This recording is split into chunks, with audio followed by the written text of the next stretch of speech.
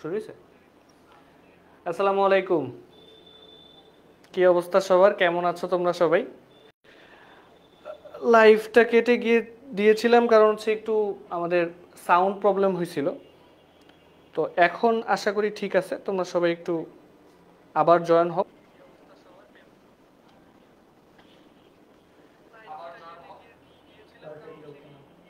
ঠিক আছে, এবার ঠিক আছে, সাউন্ড ঠিক আছে। তা দেখো, যেটা বলতেছিলাম যে আমরা এই চ্যাপ্টারটাতে কি শিখবো, এই চ্যাপ্টারটার নাম হচ্ছে উন্নততর জীবনধারা। এই চ্যাপ্টারটাতে আমরা যে সকল বিষয় শিখবো সেটা হচ্ছে খাদ্য, খাদ্যের উপাদান, হচ্ছে কিছু রোগ, এগুলো সম্পর্কে আমরা শিখবো। তো এগুলো শিখে আমাদের কি হবে তুমি চিন্তা করো, যে আমি একটু আগেও বলছি যে সুস্থ সবল থাকা কিন্তু একটা বড় একটা নিয়ামত, এবং এই সুস্থ সবল থাকার জন্য আমাদেরকে প্রতিনিয়ত কিছু ব্যাপার মেনটেন করতে হয়। ঠিকঠাক মতো খাবার খেতে হয়, ঠিক সময়ে খাবার খেতে হয়, এবং রোগবালাই হইলে ঠিকঠাকভাবে আমাদের কিছু নিয়মকানুন মেনে চলতে হয়। তো ওই সকল ব্যাপার তুমি যখন ঠিকঠাক মতো মেনে চলতে পারবা, তখনই কিন্তু তোমার লাইফস্টাইলটা, হ্যাঁ, তোমার লাইফটা তুমি খুব ভালোভাবে লিড করতে পারবা। হ্যাঁ, তো এখানে এই চ্যাপ্টারটাতে এই ব্যাপারগুলোই আমাদের বলা হয়েছে। তো দেখো, এই চ্যাপ্টারটা শুরু করি আমরা। শুরুতে কোন টপিকটা নিয়ে কথা বলা আছে দেখো, আমাদের প্রথম টপিকটা হচ্ছে খাদ্য ও পুষ্টি, এই দুইটা জিনিস কি সেটা আমাদের খুব ভালো মতো বোঝা লাগবে। এখন তোমাদের মনে হতে পারে খাদ্য হচ্ছে এমন কিছু যেগুলো আমরা খাই। হ্যাঁ, স্বাভাবিকভাবেই যেগুলো আমরা খাই সেটাই হচ্ছে খাদ্য। কিন্তু খাদ্য হইতে হইলে, মানে পুষ্টিবিজ্ঞান আমাদেরকে যেটা বলে বা আমাদের মেডিকেল সায়েন্স যেটা বলে, সেটা হচ্ছে খাবারের কয়েকটা গুণাগুণ থাকতে হবে। গুণাগুণ কি? গুণাগুণ হচ্ছে তুমি খাদ্য খাইলা এবং এই খাদ্যে কয়েকটা গুণাগুণ থাকতে হবে। সেটা কি? সর্বপ্রথম ওকে জীবদেহ গঠন করতে পারতে হবে। তার মানে খাদ্য আমাদের জীবদেহ গঠন করে। দেন খাদ্য আমাদের তাপ শক্তি উৎপাদন করে, এবং খেয়াল করবা এই তাপ শক্তি দিয়েই কিন্তু আমরা আমাদের শরীর চলাই, বা আমরা কথা বলি, বা যে কোনো কাজ করতে গেলে আমাদের শক্তির দরকার, সেটা হচ্ছে তাপ শক্তি। তো খাদ্য আমাদের শরীরে প্রচুর পরিমাণে তাপ শক্তি উৎপাদন করে।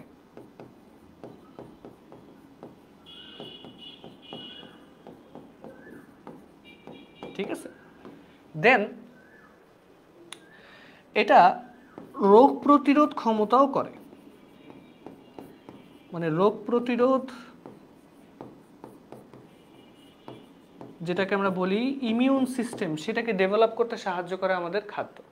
তাহলে রোগ প্রতিরোধ করে, এইটাই হচ্ছে খাদ্য। খাদ্যের এই বেসিক গুণগুলো কিন্তু তোমার থাকা লাগবে। হ্যাঁ, খাদ্যের এই বেসিক গুণগুলো তোমাদের থাকা লাগবে। সবাই একটু বলো, বুঝছো কিনা?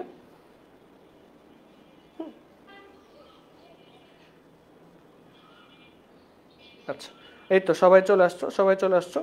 আচ্ছা, দেখো, তাহলে খাদ্য হইতে হইলে খাদ্য কিছু কাজ করতে হয়, বা খাদ্যের কিছু কাজ করা দরকার, এবং খাদ্য যদি এই সকল কাজ করে তাহলে ওইটাকে মেডিকেল সায়েন্সের ভাষায় প্রপার খাদ্য বলা যায়। আর এছাড়া মনে করো অনেক খাদ্যই আছে যেগুলো আমরা খাই বা আমাদের শরীরে ইনটেক করি, কিন্তু ওগুলো কিন্তু আমাদের শরীরে ওরকমভাবে আর কি ইম্প্যাক্ট ফেলে না, বা মনে করো ওরকমভাবে সাহায্য করে না। ওইটাকে কিন্তু খাদ্য মেডিকেল সায়েন্সের ভাষায় বলা যায় না। তো আশা করি তোমরা খাদ্য ব্যাপারটা বুঝতে পারছো। এখন কথা হচ্ছে পুষ্টি জিনিসটা কি। আমি এটাকে একটু সাইডে নিই। হ্যাঁ, পুষ্টি জিনিসটা কি মনে রাখবা, পুষ্টি হচ্ছে একটা প্রক্রিয়া। পুষ্টি পুষ্টি হচ্ছে একটি প্রক্রিয়া।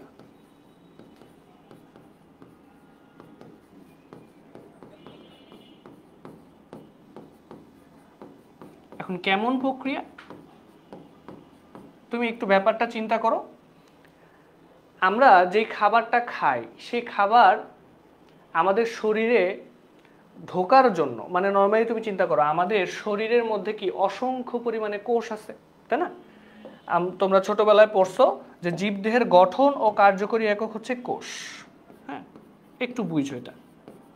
আমরা জানি যে জীবদেহের গঠন ও কার্যকরী একক যেটার নাম সেটা হচ্ছে কোষ। তার মানে একটা মানুষকে বা যে কোনো জীবকে তুমি যদি সিম্পলিফাই করো ওর মধ্যে যেই টার্মটা পাবা অনেকগুলো কোষ তুমি পাবা, তাই না? এখন একটা জিনিস তোমরা যদি খেয়াল করো, এই কোষ হচ্ছে অত্যন্ত ছোট,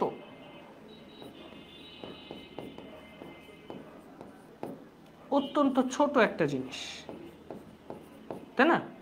তো তুমি ধরো সে ফর এক্সাম্পল আমি যদি বলি যে ধরো তুমি বার্গার খাইলা বা বার্গার খাবা এখন, হ্যাঁ, তাহলে দেখো তো, চিন্তা করে দেখো তো, কোষ অনেক ছোট্ট একটা সত্তা, এইটার মধ্যে এত বড় জিনিস কি কখনো ঢুকানো পসিবল?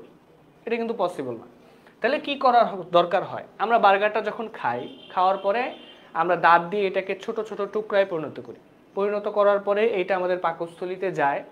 পাকস্থলীতে যাওয়ার পর পাকস্থলীর ভিতরে কিছু রাসায়নিক ক্রিয়া বিক্রিয়া হয়, হয়ে কোষ যাতে নিতে পারে। কোষ তো অলরেডি একটা অনেক ছোট একটা পার্টিকেল না, মানে ছোট একটা সত্তা। এই ছোট্ট সত্তাটার মধ্যে যেটা ঢুকতে পারবে, যে সরল কণাগুলো ঢুকতে পারবে, ওইটাই হচ্ছে আমার খাদ্যর উপাদান। এবং এই যে এইভাবে, তার মানে প্রত্যেকটা খাদ্য থেকে আমি কি করতেছি? পুষ্টি গ্রহণ করতেছি। সে ফর এক্সাম্পল আমরা শর্করা জাতীয় খাবার খাই না? আমরা কিন্তু শর্করা জাতীয় খাবার খাই। হ্যাঁ, অবশ্যই অবশ্যই মিফতাহুল জান্নাত একটু নোট করো, নোট করে পাবলিক গ্রুপে দিও, পাবলিক গ্রুপে দিও। হ্যাঁ, না এক্সামে পয়েন্ট আকারে লিখবে না, এক্সামে ঠিক সুন্দরভাবে একটু ব্যাখ্যা আকারে লিখবা, বাট ওই পয়েন্টসগুলো যাতে থাকে তোমাদের, ঠিক আছে? এইটা মেক শিওর করবা। এখন দেখো, নর্মালি আমরা যে শর্করা জাতীয় খাবারটা খাই, হ্যাঁ, এই শর্করা জাতীয় খাবারটা কিসে পরিণত হয় একটু একটু মাথায় রেখো। হ্যাঁ, এই শর্করা জাতীয় খাবারটা পরিণত হয় গ্লুকোজে। হ্যাঁ, শর্করা জাতীয় খাবার পরিণত হয় গ্লুকোজ, তাই না? এখন শর্করা বলতে কি? আমরা নর্মালি যেটা বুঝি ভাত। তার মানে আমরা যে ভাত খাই, ওই ভাতটাকে আমরা বলি শর্করা। এবং এইটা যখন আমরা আমাদের পাকস্থলীতে যায়, আমাদের হজম করে যে সরল কণাতে পরিণত হয়, সেটা হচ্ছে গ্লুকোজ, সেটা হচ্ছে গ্লুকোজ। আবার ঠিক সেইমভাবে তুমি যখন প্রোটিন খাবা, প্রোটিন বলতে আমিষ, আচ্ছা বাংলিশ একসাথে না করি, আমিষ, তাই না? আমিষ যখন খাবা বা আমিষ যখন তোমার পরিপাক হবে, আমিষটা পরিপাক হওয়ার পরে এখানে যেটা তৈরি হয় সেটা হচ্ছে অ্যামিনো অ্যাসিড বা অ্যামাইনো অ্যাসিড, একই জিনিস। এটা কিন্তু অ্যামাইনো অ্যাসিড। হ্যাঁ, আচ্ছা, আবার তুমি যখন ফ্যাট বা স্নেহ জাতীয় পদার্থ খাবা, তেল বা চর্বি জাতীয় পদার্থ খাবা, সে তেল বা চর্বি জাতীয় পদার্থ খাইলে ওইটা পরিপাক হয়ে তোমার শরীরে দুইটা জিনিস তৈরি করে। একটা হচ্ছে ফ্যাটি অ্যাসিড প্লাস আরেকটা জিনিস হচ্ছে গ্লিসারল।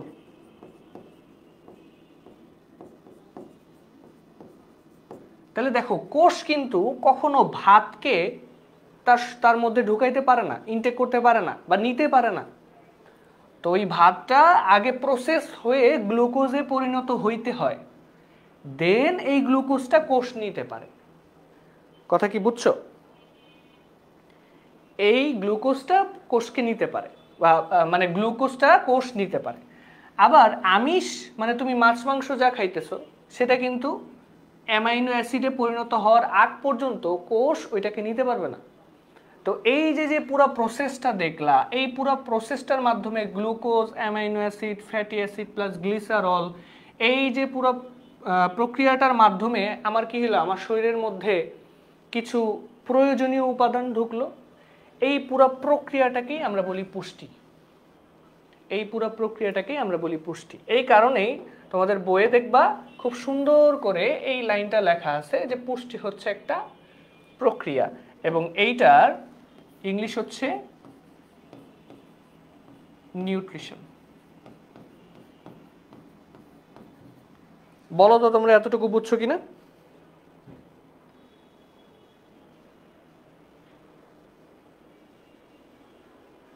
বুঝছো? আচ্ছা, হ্যাঁ বুঝতে পারছো। দেখ খুবই সহজ জিনিস, খুবই সহজ জিনিস, এবং এই যে এই ব্যাপারগুলো কিন্তু মাথায় রাখবা, পরবর্তীতে একটু পরে আমাদের কাজে লাগবে। আমি এটা একটু আলাদা সাইডে করে নিয়ে এটা এটা তোমরা নোট করবা, এবং এই ব্যাপারগুলো দেখবা একটু পরে আমাদের লাগবে। এটা কিন্তু খুবই ইম্পর্টেন্ট যে আমরা কি জাতীয় খাবার খাইলে সেটা পরিপাক হওয়ার পরে কিসে পরিণত হয়। হ্যাঁ, শর্করা খেলে গ্লুকোজ, আমিষ খেলে অ্যামাইনো অ্যাসিড, স্নেহ খেলে সেটা পরিপাক হয়ে ফ্যাটি অ্যাসিড প্লাস গ্লিসারল। এই কয়েকটা জিনিস আমাদেরকে মাথায় রাখা লাগবে। আশা করি তোমরা খাদ্য আর পুষ্টি দুইটা জিনিসই বুঝতে পারছো। এখন দেখো, এখন দেখো পরেরটাতে যাই। পরের স্লাইডে কি বলছে এবার দেখো। এই যে যা খাইতেছি, হ্যাঁ, যা খাচ্ছি সে খাদ্যের উপাদানকে দুই ভাগে ভাগ করা হয়েছে। এখন দেখো প্রথম ভাগটা হচ্ছে মুখ্য উপাদান, প্রথম ভাগটা হচ্ছে মুখ্য উপাদান। তার মানে খাদ্যের মধ্যে কিছু উপাদান আছে যেগুলো আমাদের শরীরের জন্য একদম অত্যাবশ্যকীয়, লাগবেই লাগবে।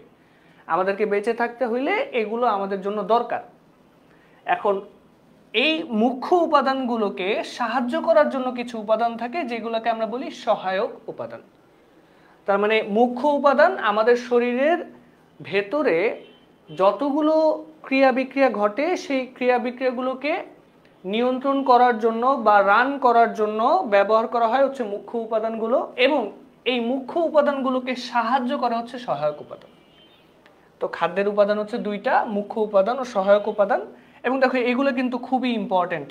একটু আগেই বলে আসছি যে শর্করা, আমিষ, স্নেহ, এগুলো হচ্ছে আমরা আমাদের পারপাজে আমরা এগুলো আমাদের শরীরে ইনটেক করি। এখন প্রত্যেকটার আলাদা আলাদা কাজ আছে। আমি যদি প্রত্যেকটা আলাদা আলাদা কাজ এখন তোমাদেরকে একটু বলে দেই, এটা একটু নোট করবা। এই যে শর্করা দেখতেছো, হ্যাঁ, এই শর্করা কিন্তু আমাদের শরীরে একটা প্রধান কাজ করে। সেই প্রধান কাজটা হচ্ছে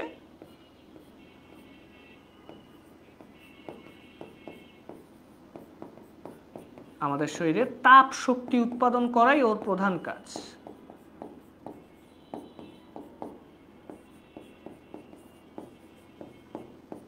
আমাদের শরীরে তাপ শক্তি উৎপাদন করাই শর্করা জাতীয় খাবারের প্রধান কাজ।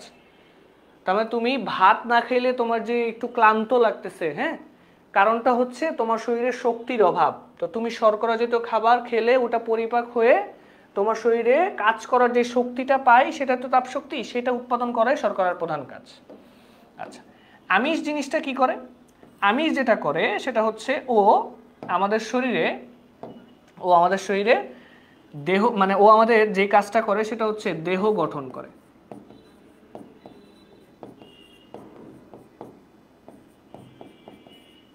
দেহ গঠন করে মানে নর্মালি তুমি চিন্তা করো যে আমরা যারা জিম করি, হ্যাঁ, জিম করলে আমাদের শরীরে মাসেল ম্যাস গেইন হয়। এটার কারণটা কি? এটার কারণ হচ্ছে জিমে যখন আমরা হেভি লিফটিং করি, তো এই হেভি লিফটিংয়ের কারণে আমাদের মাংসপেশি এগুলো হচ্ছে স্ট্রেইন হয়, চির ধরে, হ্যাঁ, এটা ক্ষতিগ্রস্ত হয়। তো ক্ষতিগ্রস্ত হইলে পরবর্তীতে যখন দেখো না যে ম্যাক্সিমাম যারা জিম করে, যারা জিমে ট্রেন করে, ওরা কিন্তু ট্রেনিং সেশনের পরে ওরা কিন্তু প্রোটিন শেক অথবা প্রোটিন জাতীয় খাবারটা একটু বেশি খায়। কারণ হচ্ছে এই যে তুমি হেভি লিফটিং করলা, তারপরে হচ্ছে তুমি তোমার মাংসপেশিতে চির ধরাইলা, ক্ষতি করলা, এটার এই ক্ষতিগ্রস্ত দিকগুলো বা ক্ষতিগ্রস্ত সাইডগুলো আমাদের পূরণ করার জন্য যে কাজ করে সে হচ্ছে আমিষ। হ্যাঁ, তো এটার কাজ হচ্ছে দেহ গঠন করা। তার মানে দেহ গঠন করতে হইলে আমার আমিষ প্রয়োজন। ঠিক আছে, এটা মাথায় রেখো। হ্যাঁ, পরের স্লাইড দেখে নোট করলে হবে, সমস্যা নেই। আগে বুঝো, যতটুকু পারো খাতায় একটু লিখে ফেলো, তাহলে দেখা যাবে কি সাথে সাথে কিছু পড়া হবে, পরে যখন আবার একবার পড়বা তখন এটা ক্লিয়ার হয়ে যাবে। ঠিক আছে, তাহলে আমিষের কাজ হচ্ছে দেহ গঠন করা, আর স্নেহের কাজ হচ্ছে ও হচ্ছে তাপশক্তি উৎপাদন করে। তাহলে ওর কাজ হচ্ছে ও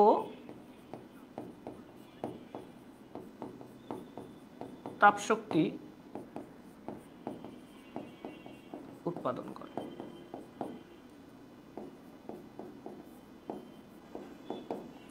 বলো তো তোমরা সবাই বুঝছো কিনা? স্নেহের আরো কাজ আছে। শর্করাও তাপশক্তি উৎপাদন করে, স্নেহ তাপশক্তি উৎপাদন করে, তাছাড়া তার পাশাপাশি আরো কিছু কাজ সে করে। কি কাজ করে? ত্বক মসৃণ রাখে, ত্বক মসৃণ রাখা। হ্যাঁ, এটা হচ্ছে স্নেহের কাজ। তারপরে হচ্ছে রোগ প্রতিরোধ, বা আমাদের যে স্কিনের রোগগুলো হয় না, হ্যাঁ, যেগুলোকে আমরা বলি চর্মরোগ, সে চর্মরোগ প্রতিরোধ করে। তাহলে ত্বক মসৃণ রাখা ও চর্মরোগ প্রতিরোধ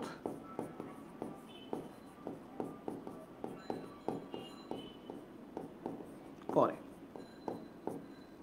একটু খেয়াল করো, হ্যাঁ, এগুলো কিন্তু কাজ, ওদের মেইন কাজ। হ্যাঁ, এগুলো আমি তোমাদেরকে জাস্ট নোট করে দিচ্ছি, এবং এগুলো তুমি মনে রাখবা যে শর্করার প্রধান কাজ হচ্ছে তাপশক্তি উৎপাদন করা, আমিষের প্রধান কাজ দেহ গঠন করা, স্নেহের প্রধান কাজ তাপশক্তি উৎপাদন করা, তার পাশাপাশি সে ত্বক মসৃণ ও সজীব রাখে। হ্যাঁ, তার মানে ত্বক বেশি রুক্ষ বা শুষ্ক হয়ে গেলে তুমি যদি স্নেহ জাতীয় খাবারটা একটু মেনটেন করো, তাহলে তোমার ত্বক মসৃণ ও সজীব থাকবে, এবং তোমার শরীরের যেই মানে ত্বকের বা স্কিনের যে স্কিন রোগগুলো হয় সেগুলো তোমাকে প্রতিরোধ করতে সাহায্য করবে স্নেহ জাতীয় পদার্থ। হ্যাঁ, আচ্ছা, এরপরে আসো ভিটামিন, তাই না? ভিটামিনের কাজ হচ্ছে এখন যেহেতু এটা সহায়ক উপাদান, তার মানে ওদের কাজ হচ্ছে আসলে কাদেরকে হেল্প করা? এদেরকে হেল্প করা, তাই না? তো ভিটামিনের কাজ হচ্ছে প্রাণীর স্বাভাবিক বৃদ্ধিতে সাহায্য করে। তার মানে একটা প্রাণীর স্বাভাবিক বৃদ্ধি ঘটায়, ঠিক আছে? তার মানে একটা মানুষের বা জীবের একটা নর্মাল গ্রোথ, এটাকে ঠিকঠাক রাখার জন্য আমাদের ভিটামিন দরকার। এবং এই ভিটামিনের আরেকটা নাম হচ্ছে, একটু লিখে নাও, এই ভিটামিনের আরেকটা নাম হচ্ছে খাদ্যপ্রাণ।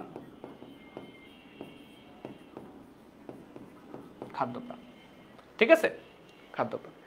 এখন সবকিছুই এই যে প্রাণীর স্বাভাবিক বৃদ্ধি ঘটায় না, এইটা হচ্ছে সকল সহায়ক উপাদানই প্রধান কাজ। এছাড়াও প্রত্যেকটা কিছু কিছু কাজ করে, এই কাজগুলো এখন লিখে দিচ্ছি। তাহলে এবার দেখো খনিজ লবণের কি কাজ। খনিজ লবণের যেই স্নেহ জাতীয় কি স্যার? আচ্ছা, স্নেহ জাতীয় মানে হচ্ছে তুমি যেই সকল ফ্যাট বা চর্বি জাতীয় খাবার যেগুলো খাও, যেমন ধরো তুমি তেল জাতীয় খাবার, রান্না বান্নাতে তো তেল ব্যবহার করি, তারপরে হচ্ছে মাংসের মধ্যে যে চর্বি থাকে ওইটা হচ্ছে স্নেহ। হ্যাঁ, তারপরে হচ্ছে তুমি মাখন খাইতেছো, ঘি খাইতেছো, এগুলো হচ্ছে স্নেহ। বুঝছো? এগুলো হচ্ছে স্নেহ। আচ্ছা, এবার তুমি খনিজ লবণের কাজটার দিকে যদি একটু তাকাও, ওর কাজ হচ্ছে কোষ গঠনে সাহায্য করে। তাহলে খনিজ লবণ আমাদের শরীরে কোষ গঠনে সাহায্য করে। আচ্ছা, তারপর আসে হচ্ছে পানি। পানি হচ্ছে এমন একটা বস্তু বা এমন একটা রাসায়নিক পদার্থ যে এই আমাদের মানে আমাদের ক্ষেত্রে যদি চিন্তা করি, মানব দেহে গঠন থেকে শুরু করে, মানে আমাদের মানুষের পুরো গঠনটাকে যদি দেখি, তাহলে ম্যাক্সিমাম 70 to 90% পানি। তাহলে এইটার পানির ইম্পর্টেন্সটা কি? পানির ইম্পর্টেন্সটা হচ্ছে জীবদেহের গঠন এবং জীবদেহের মধ্যে যত ধরনের রাসায়নিক ক্রিয়া বিক্রিয়া ঘটে সেইটাতে পানির দরকার হয়। হ্যাঁ, তাহলে এটা আমি লিখে দিচ্ছি। তাহলে জীবদেহের গঠন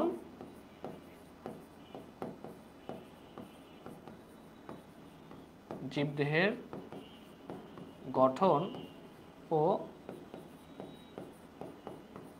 সকল রাসায়নিক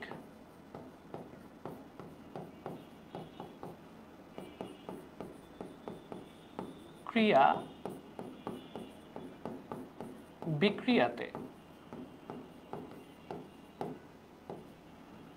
দরকার হয় পানির।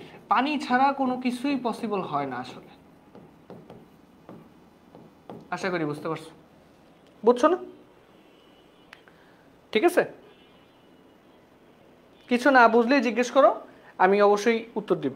ঠিক আছে, আচ্ছা, এবার আসো আঁশ। হ্যাঁ, আঁশের আরেকটা মিনিং হচ্ছে, এটাকে তোমরা রাফেজ নামেও দেখবা, তোমাদের বইয়ে রাফেজ নামেও দেখবা। হ্যাঁ, রাফেজ বা আঁশ জাতীয় খাবার। তো রাফেজ জিনিসটা কি করে? রাফেজ হচ্ছে আমাদের শরীরে রোগ প্রতিরোধে সাহায্য করে।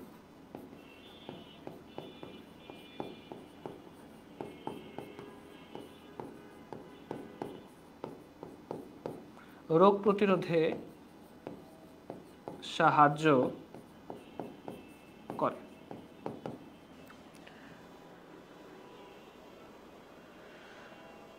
আচ্ছা, স্নায়ু অঙ্গ।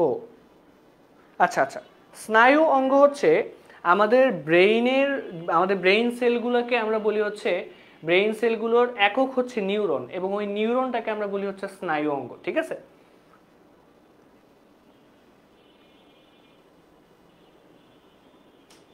আচ্ছা, তাহলে দেখো খাদ্যের উপাদান আমরা দুইটা দেখলাম, মুখ্য উপাদান, সহায়ক উপাদান। মুখ্য উপাদান হচ্ছে শর্করা, আমিষ, স্নেহ।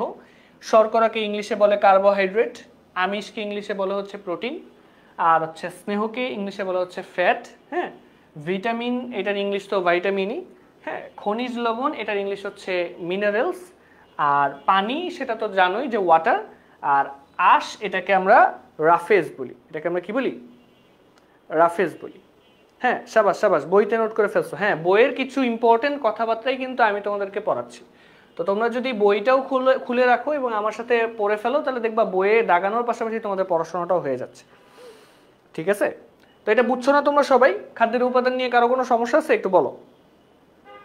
যদি সমস্যা না থাকে তাহলে আমি নেক্সট স্লাইডে যাই।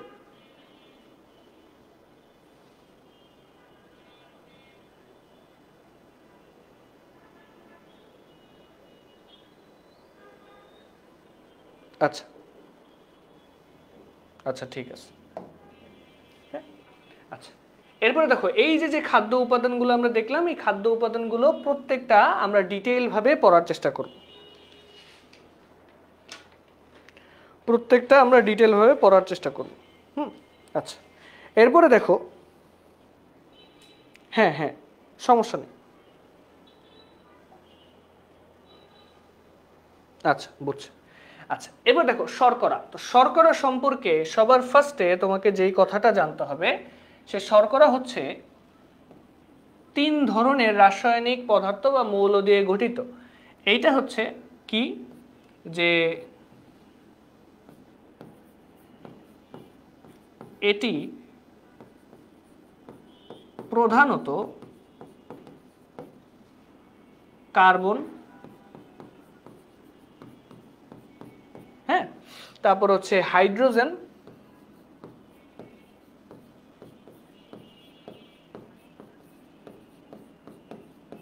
তারপর হচ্ছে অক্সিজেন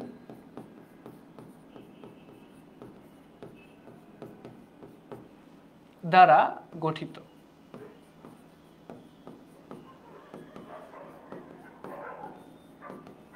হ্যাঁ, এখন এখন কথা হচ্ছে এগুলো কি, কার্বন, হাইড্রোজেন, অক্সিজেন, এগুলো কি? এগুলো সম্পর্কে যদি একটু কথা বলি। হ্যাঁ, এগুলো হচ্ছে মৌল বা রাসায়নিক পদার্থ। রাসায়নিক পদার্থ বলাটা তো ঠিক না, এগুলো হচ্ছে মৌল। এগুলো হচ্ছে মৌল। হ্যাঁ, প্রত্যেকটার পাশের সংকেতগুলো আমি একটু লিখে দিচ্ছি। আচ্ছা, এই জিনিসটা পড়ানোর আগে, হ্যাঁ, এই জিনিসটা পড়ানোর আগে আমি তোমাদেরকে কিছু মৌল সম্পর্কে একটু আইডিয়া দিই। হ্যাঁ, এগুলো আমাদের বারবারই লাগবে, তো এগুলো আমরা একেবারে একটু দেখে নিই এখান থেকে, তাহলে আমাদের সুবিধা হবে।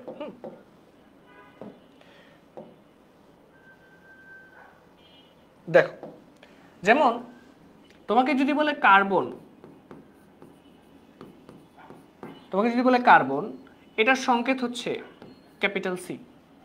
হ্যাঁ, কার্বন মানে ক্যাপিটাল সি। তারপরে তোমাকে যদি বলে অক্সিজেন,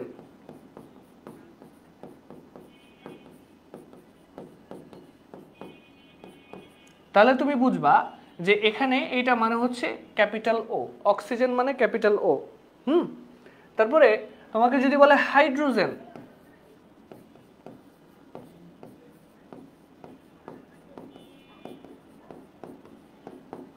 এটার প্রতীক হচ্ছে, এটাকে প্রকাশ করা হচ্ছে এইচ দিয়ে। হ্যাঁ, তার মানে কার্বন মানে সি, অক্সিজেন মানে ও, হাইড্রোজেন মানে এইচ, তারপরে আর কি আছে, তারপরে ফসফরাসের কথা আমাদের জানতে হবে, যেটা আমরা সামনে পাবো, এখনই পড়াই ফেলি।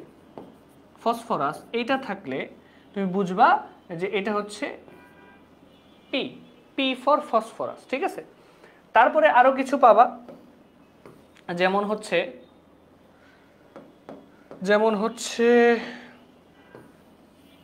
ক্যালসিয়াম পাবা, এগুলো আমাদের লাগবে। হ্যাঁ, ক্যালসিয়াম,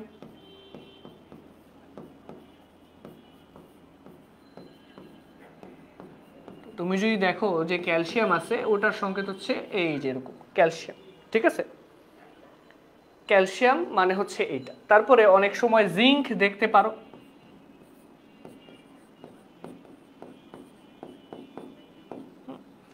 জিঙ্ক মানে হচ্ছে এই যে জেড আর স্মল এন, এগুলো হচ্ছে জিঙ্ক। হ্যাঁ, কয়েকটা পারলেই চলবে তোমাদের, মানে যেহেতু তোমাদের আসলে সায়েন্স নিয়ে অত মানে ওই যে এটা হচ্ছে, এই সকল জিনিসটা হচ্ছে কেমিস্ট্রির বিষয় বা রসায়নের বিষয়, যারা সায়েন্সে পড়ে তাদের জন্য এগুলো দরকার আছে। বাট তোমাদের যতটুকু দরকার ততটুকু জানলেই চলবে, এগুলো নিয়ে অত তোমাদের ডিটেইল ভাবে পড়া লাগবে না, এই কারণেই তোমাদেরকে এটা পড়াচ্ছি। হ্যাঁ, আচ্ছা, তো এই কয়টা জানলেই চলবে। আরো কিছু জানতে পারো চাইলে, কার্বন, নাইট্রোজেন। আচ্ছা, নাইট্রোজেনটা একটু বলে দেই।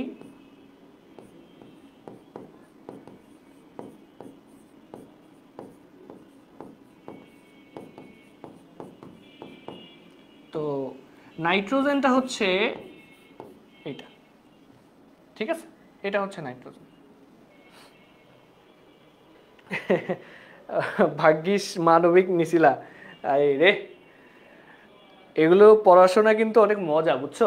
আচ্ছা, যাই হোক, তাহলে দেখো এই কয়েকটা জিনিস তোমাদেরকে কিন্তু জানা থাকা লাগবে। হ্যাঁ, তোমাদের এই কয়েকটা জিনিস জানা থাকা লাগবে, এগুলো একটু জাস্ট মেমোরাইজ করলেই চলবে, এগুলো আহামরি কঠিন কিছু না, জাস্ট আমি রেটটা দিয়ে দিলাম, এগুলো তোমার জানা থাকা লাগবে। তাহলে আমরা কি দেখলাম, যে শর্করা হচ্ছে এমন একটা রাসায়নিক পদার্থ যেটা হচ্ছে কার্বন, হাইড্রোজেন ও অক্সিজেন দ্বারা গঠিত, ঠিক আছে।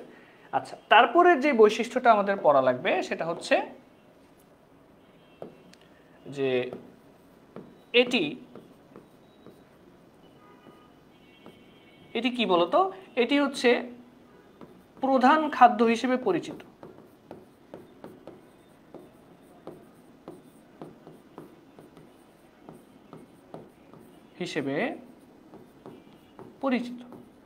তার মানে নর্মালি আমরা কি করি, আচ্ছা হ্যাঁ, 20টাই যথেষ্ট, এর বেশি লাগে না। হ্যাঁ, 20টাই যথেষ্ট। তাহলে এগুলো হচ্ছে মানুষের ক্ষেত্রে প্রধান খাদ্য হিসেবে পরিচিত। তার মানে আমরা নর্মালি কি করি, 3 বেলায় তো খাই। তো সকালে, বিকালে অথবা রাতে, সকালে দেখো তুমি রুটি খাচ্ছ, হ্যাঁ, এটা একটা শর্করা। আবার দুপুরে তুমি ভাত খাইতেছো, রাতেও ভাত খাইতেছো, এটা হচ্ছে শর্করা। তা 3 বেলায় যেহেতু আমরা শর্করার উপরে বাস করি, মানে শর্করার উপরে নির্ভর করি, তাহলে এই কারণেই এটা হচ্ছে মানুষের প্রধান খাদ্য হিসেবে পরিচিত। হ্যাঁ, তাহলে এটা হচ্ছে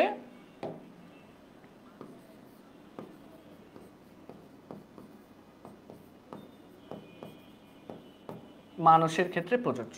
হ্যাঁ, আচ্ছা, তারপর যদি আমরা দেখি এর পরের পয়েন্টটা কি, পরের পয়েন্টটা হচ্ছে যে বিপাকীয় কাজের প্রতি, এই লাইনটা তোমরা লেখো, যে বিপাকীয়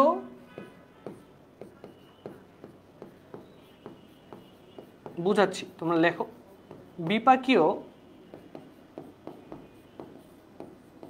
কাজের জন্য, হ্যাঁ, বিপাকীয় কাজের জন্য প্রয়োজনীয় শক্তির প্রধান উৎস, প্রয়োজনীয়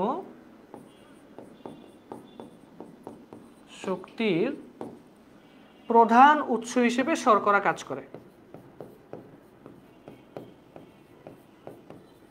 এখন কথা হচ্ছে, নতুন একটা টার্ম দেখলা, তাই না, যে বিপাকীয় বা বিপাক জিনিসটা কি, তাই তো।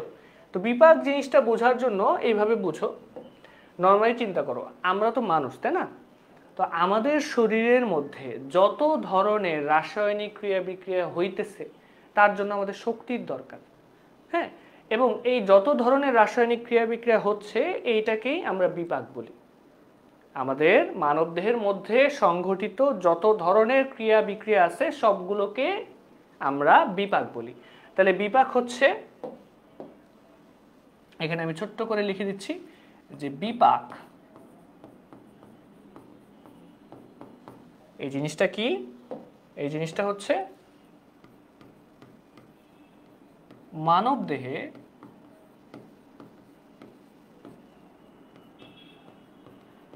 সংঘটিত রাসায়নিক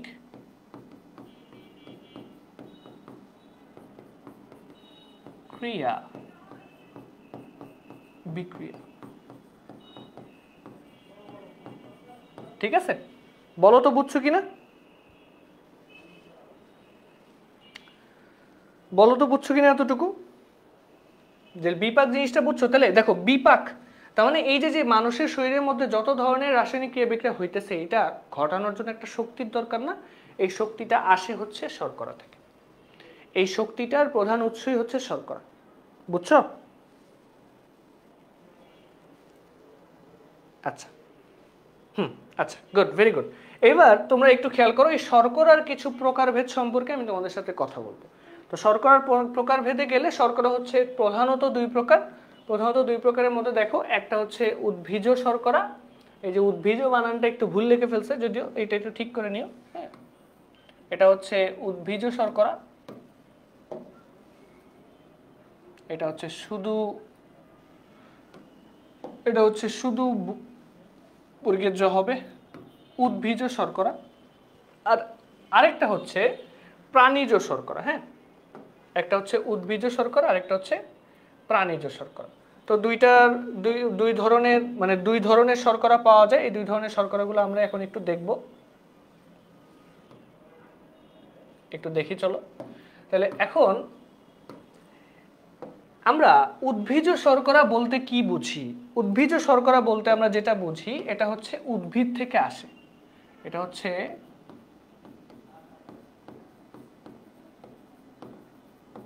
উদ্ভিদ থেকে পাওয়া যায়। ঠিক আছে? আর প্রাণীজ উৎস মানে হচ্ছে প্রাণীতে পাওয়া যায় বা প্রাণী হতে পাওয়া যায়। ঠিক আছে?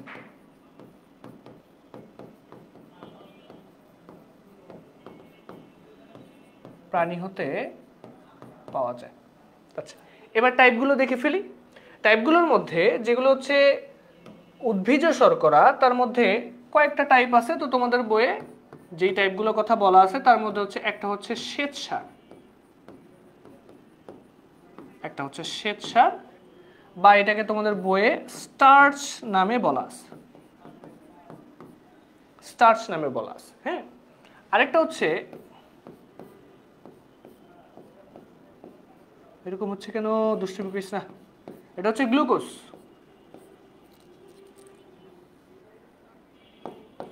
আরেকটা হচ্ছে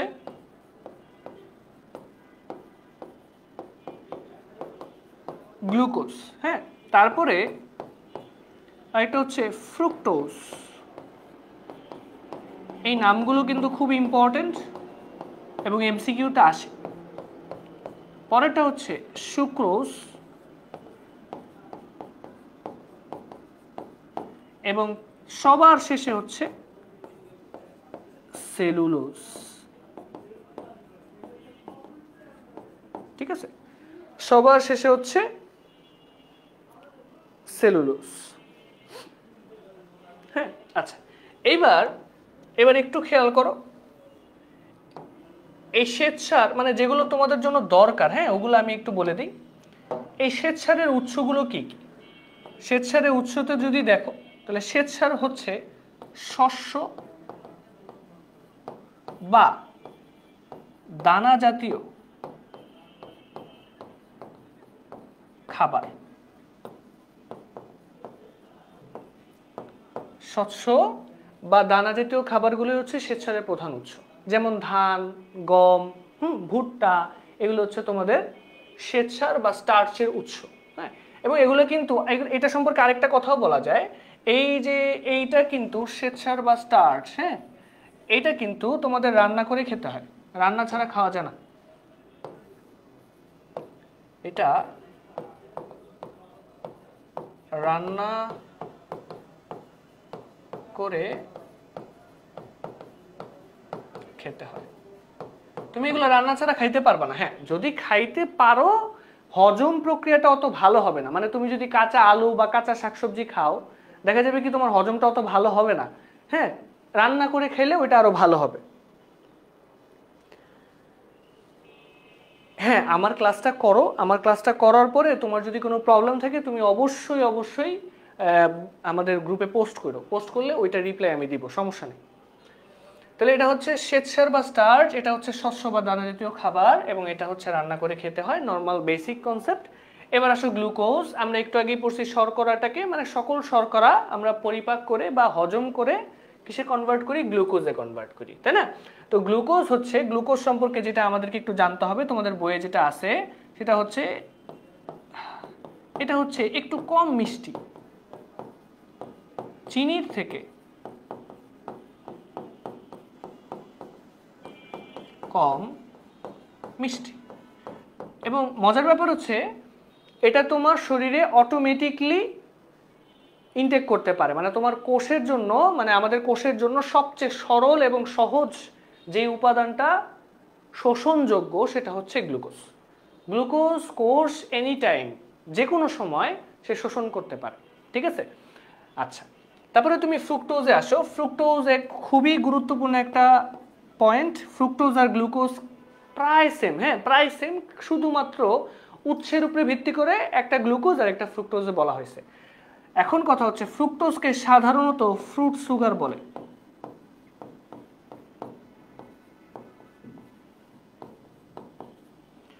ফ্রুক্টোজকে ফ্রুট সুগার বলে, হ্যাঁ, ফ্রুক্টোজকে ফ্রুট সুগার বলে।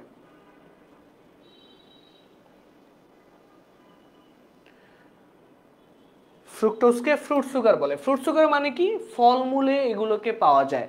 হ্যাঁ, তো ফলমূলে এগুলোকে পাওয়া যায়, এবং ফলে যেই গ্লুকোজটা পাওয়া যায় বা ফলে যে শর্করা পাওয়া যায় সেটাকে আমরা ফ্রুক্টোজ বলি, এবং এটার ইংলিশ নাম হচ্ছে ফ্রুট সুগার, ঠিক আছে? আচ্ছা, সুক্রোজ কি? সুক্রোজ হচ্ছে চিনির থেকে মিষ্টি, মানে বেশি মিষ্টি। এটা জাস্ট একটু মাথায় রাখবা, এটা হচ্ছে খুবই খুবই বেশি মিষ্টি, মিষ্টতার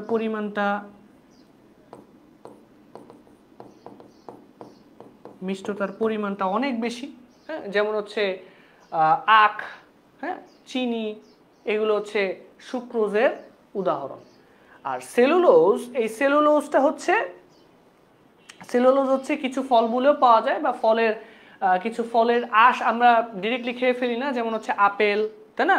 তারপরে হচ্ছে আঙুর, এগুলোর যেই উপরে যে খোসাগুলো, এগুলোতে সেলুলোজ থাকে, এগুলোতে সেলুলোজ থাকে। তো কিছু ফলে এগুলোকে পাওয়া যায়, এছাড়া সব ধরনের শাকসবজিতে সেলুলোজ থাকে। হ্যাঁ, তাহলে এটা মাথায় রাখবা। তাহলে আমি লিখে দিচ্ছি কিছু ফল, মানে কিছু ফলমূলে তো পাবাই, কিছু ফল প্লাস সব ধরনের শাকসবজি।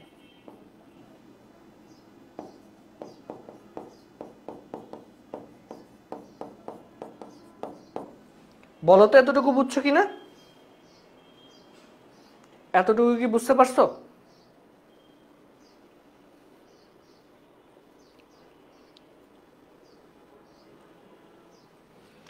বলো, এতটুকু বুঝতে কারো সমস্যা হয়েছে? ক্লিয়ার? আচ্ছা, গুড। এইবার দেখো, তাহলে উদ্ভিজ উৎস সম্পর্কে আমরা টোটালি ক্লিয়ার হয়েছি। এবার দেখো প্রাণীজ উৎস বলে দিছি, প্রাণী হতে পাওয়া যায়, ভালো কথা। কি কি উৎস আছে, উৎসগুলো যদি আমরা একটু দেখি, তাহলে উৎসগুলোর দিকে তাকাইলে প্রাণী থেকে আমরা যেগুলো পাই সেটা হচ্ছে দুধ। দুধ বলাটা ঠিক হবে না, আমরা এইভাবে লিখি, প্রাণী থেকে যেটা পাই সেটা হচ্ছে ল্যাকটোজ। সেটা হচ্ছে কি?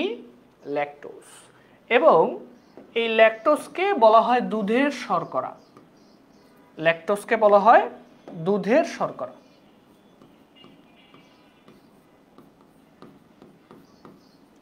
এবং এই কথাটা কিন্তু তোমাদের এমসিকিউতে আসতে পারে যে নিচের কোনটি দুধের শর্করা নামে পরিচিত, সেটা হচ্ছে ল্যাকটোজ।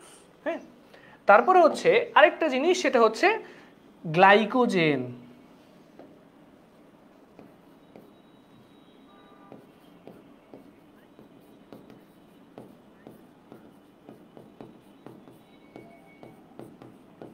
আচ্ছা, গ্লাইকোজেনটা কোথায় পাওয়া যায়? গ্লাইকোজেনটা হচ্ছে প্রাণীর যকৃৎ বা লিভার আমরা যেটাকে বলি,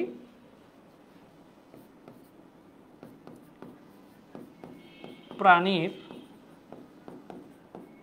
যকৃৎ ও মাংসপেশিতে পাওয়া যায়।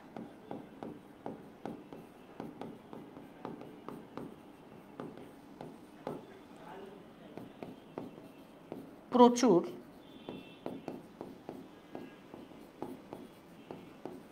পরিমাণে পাওয়া যায়। ঠিক আছে, প্রচুর পরিমাণে পাওয়া যায়। তাহলে এবার বলো যে শর্করার প্রকারভেদগুলো বুঝছো কিনা? শর্করা হচ্ছে দুই প্রকার, উদ্ভিজ শর্করা, প্রাণীজ শর্করা, মানে উদ্ভিজ উৎস, প্রাণীজ উৎস। আচ্ছা, উদ্ভিজ শর্করার মধ্যে নানান ধরনের টাইপ আছে, তো আমরা কয়েকটা টাইপ পড়ছি, সেটা হচ্ছে শ্বেতসার বা স্টার্চ, গ্লুকোজ, তারপরে হচ্ছে ফ্রুক্টোজ, সুক্রোজ, সেলুলোজ। তারপরে কোথায় কোনটা পাওয়া যায় না পাওয়া যায় এগুলো আমরা একটু ডিটেল দেখছি। দেন হচ্ছে প্রাণীজ উৎস, সেটা হচ্ছে ল্যাকটোজ আর গ্লাইকোজেন। হ্যাঁ, দেখো তো বুঝছো কিনা, এতটুকু নিয়ে কোনো সমস্যা আছে বলো? তাহলে আমরা পরের স্লাইডে যাই, সামনে আগাই, চলো।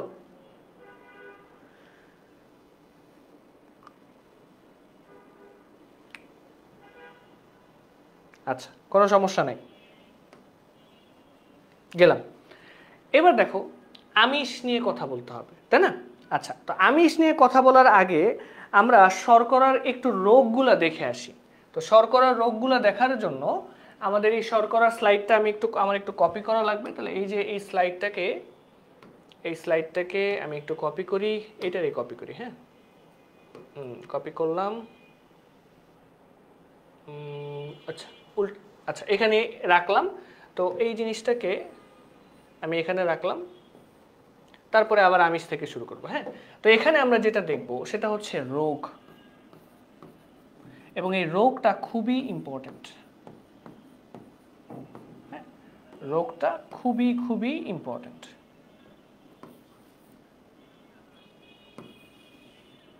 আচ্ছা, তো নর্মালি তুমি একটু খেয়াল করো, শর্করা আমাদের শরীরের জন্য দরকার, ঠিক আছে, কিন্তু কেউ যদি পরিমাণভাবে শর্করা না খায়, মানে যতটুকু তার শরীরের জন্য দরকার ততটুকু যদি সে না খায়, তাহলে তার একটা সমস্যা হয়। তাহলে শর্করার অভাব হইলে, হ্যাঁ, তাহলে এই দুইটা লাইন একটু জানবা যে শর্করার যদি অভাব হয় তাহলে কি হইতে পারে? অনেক কিছু হইতে পারে। শর্করার অভাব হলে আমাদের যেটা হয় সেটা হচ্ছে, আমি এটা অন্য কালার দিয়ে লিখলাম, সেটা হচ্ছে ক্লান্ত লাগবে, ঠিক আছে, তারপর হচ্ছে অস্থিরতা ভাব আসবে, দেন দ্রুত হৃদস্পন্দন হবে, মানে তোমার হার্টবিটটা বেড়ে যাবে,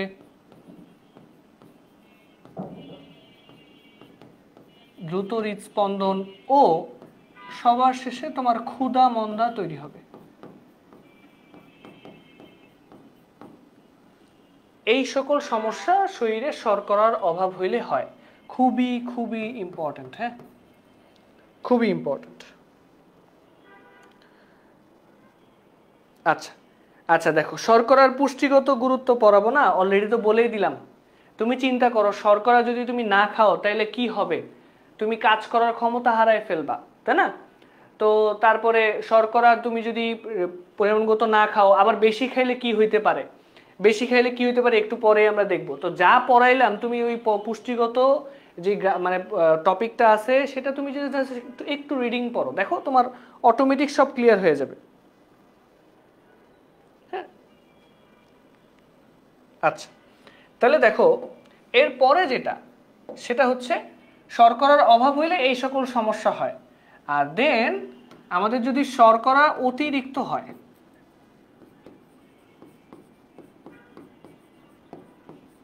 শর্করা আমাদের শরীরে অতিরিক্ত হইলে যেটা হয় যে শর্করা অতিরিক্ত হলে কি হয়,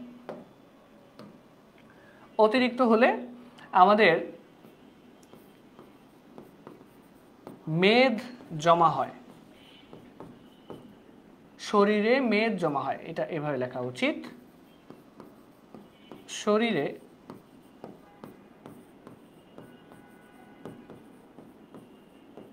মেদ জমা হয়। শরীরে মেদ জমা হয়, ঠিক আছে। তাহলে শরীরে মেদ জমা হবে, এবং মেদ জমা হইলে, মেদ জমা হয় কেন তুমি চিন্তা করো। নর্মালি তোমার শরীরে শর্করা, মনে রাখবা তুমি যত শর্করা খাইতেছো সেই শর্করাটা তোমার শরীরে যতটুকু দরকার ঠিক ততটুকুই তোমার শরীর নিচ্ছে। এক্সট্রা শর্করাগুলো সবকিছু হচ্ছে আমাদের উদর গহ্বর বা যেটাকে আমরা পেট বলি, এই পেটে এসে জমা হয়, এবং এই কারণেই আমাদের হচ্ছে আমাদের স্বাস্থ্য আস্তে আস্তে স্থূলকায় হইতে থাকে, নানান ধরনের সমস্যা হয়, আমাদের ওজন বেড়ে যায়। তাহলে শরীরে যদি অতিরিক্ত শর্করা তুমি ইনপুট দাও, তোমার শরীরে মেদ জমা হবে, এবং এটার কারণে পরবর্তীতে তোমার নানান ধরনের স্বাস্থ্য ঝুঁকি তো হবেই। তার পাশাপাশি তোমাদের বইয়ে যেটা দেওয়া আছে সেটা হচ্ছে বহুমূত্র সমস্যা হবে, যেটাকে আমরা ডায়াবেটিক্স বলি।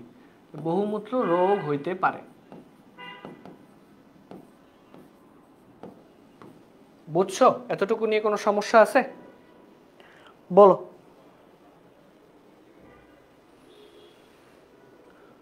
বলো যে শর্করার অভাবে বা শর্করার অতিরিক্ত গ্রহণে যেই প্রবলেমগুলো হইতে পারে সেগুলোই হচ্ছে রোগ। এটা নিয়ে কোনো প্রবলেম থাকার কথা না।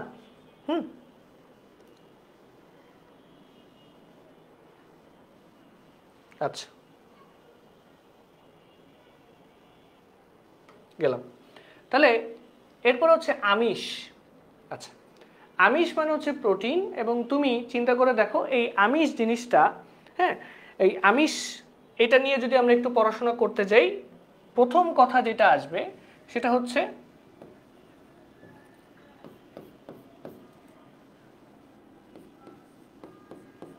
আমাদের শরীরের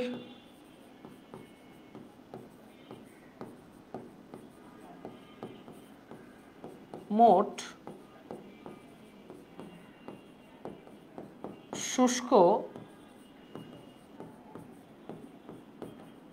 ওজনের 50% হচ্ছে আমিষ।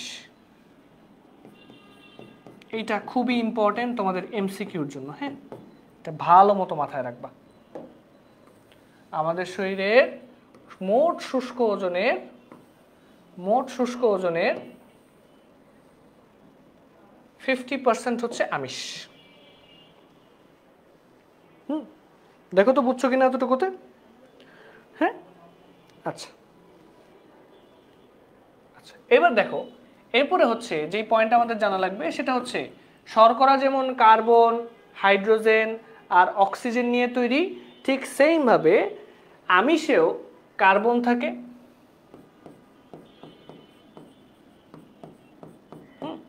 তারপর হচ্ছে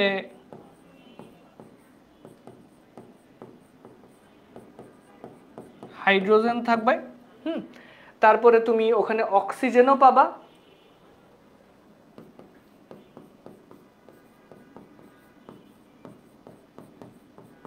অক্সিজেন পাবা। আচ্ছা, অক্সিজেন পাবা, তারপর হচ্ছে নাইট্রোজেন ও সালফার পাবা।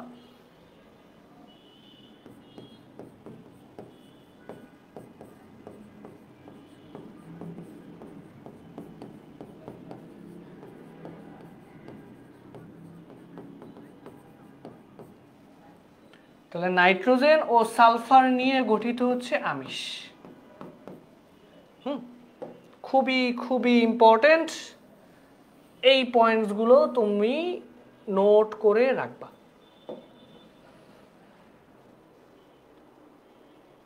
ঠিক আছে?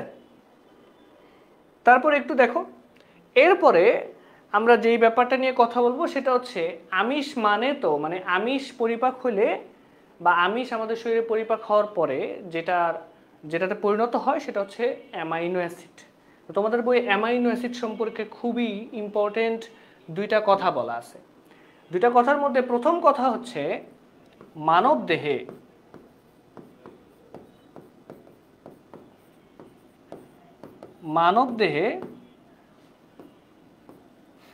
টোটাল 20 ধরনের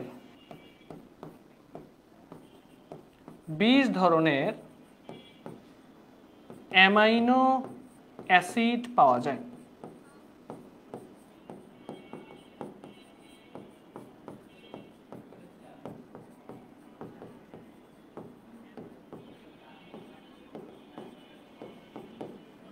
মানবদেহে টোটাল 20 ধরনের অ্যামাইনো অ্যাসিড পাওয়া যায়। তার মধ্যে 8টা খুবই ইম্পর্টেন্ট, হ্যাঁ, 8টি অত্যাবশ্যকীয়। 8টি হচ্ছে অত্যাবশ্যকীয়। মানে এগুলো লাগবেই, এগুলো ছাড়া আমাদের চলবে না। দেন অত্যাবশ্যকীয়, এবং এইটার ব্যাপারে খুবই ইম্পর্ট্যান্ট একটা কথা হচ্ছে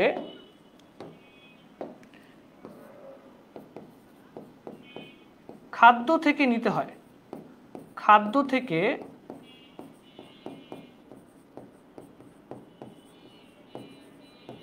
সংগ্রহণ করতে হয়। মানে তুমি যে খাবারগুলো খাবা সেখান থেকেই এটা সংগ্রহণ করতে হবে।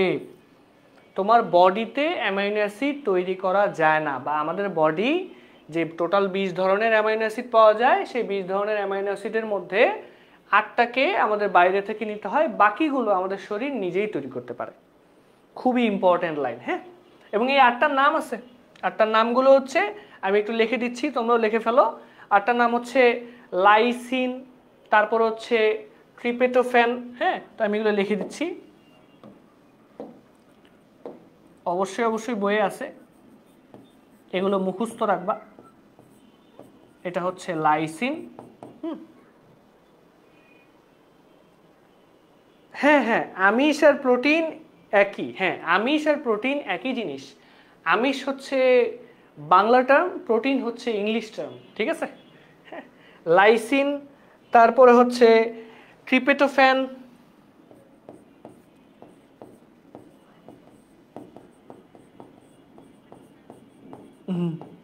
তারপরে হচ্ছে মিথিওনিন। এগুলো হচ্ছে একদম ঠাডা মুখস্থ, বুঝছো? এগুলো একদম ঠাডা মুখস্থ করবা, হ্যাঁ। 5টা থেকে কয়টা পর্যন্ত হবে এটা তো এখনো জানি না, মিনিমাম 1.5 ঘন্টা, ঠিক আছে। দেখো, মিথিওনিন, তারপর হচ্ছে আরো আছে ভ্যালিন,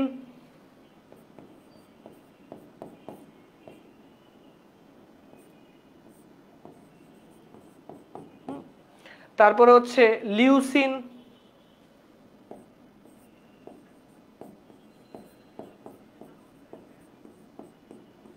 তারপর হচ্ছে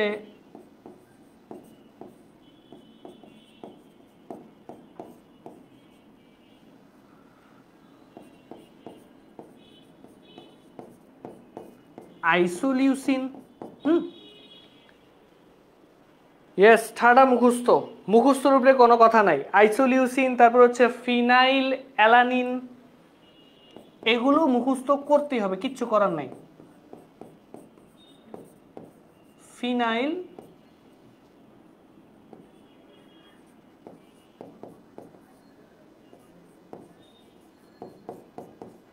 অ্যালানিন, এবং সর্বশেষে হচ্ছে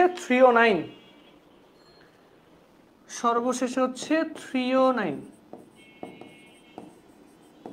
নামাজের ব্রেক দেওয়া হবে, বুঝছো?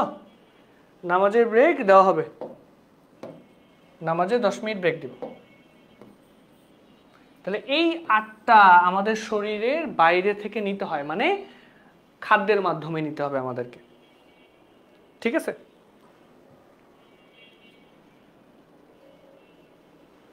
আচ্ছা, তাহলে দেখো মানবদেহে 20 ধরনের অ্যামাইনো অ্যাসিড পাওয়া যায়, 8টি হচ্ছে অত্যাবশ্যকীয়, যেগুলো হচ্ছে আমাদের খাদ্য বা শরীরের বাইরে থেকে নিতে হবে, এটা শরীরের মধ্যে তৈরি করা যায় না। এবং 8টার নাম হচ্ছে lysine, tryptophan, methionine, valine, leucine, isoleucine, phenyl alanine এবং থ্রিওনাইন। এই 8টা থেকে তুমি এমসিকিউতে শিওর কমন পাবা, আসবে তোমার এমসিকিউতে যে নিচের কোনটি অত্যাবশ্যকীয়, নিচের কোনটি অত্যাবশ্যকীয় অ্যামাইনো অ্যাসিড। বুঝছো?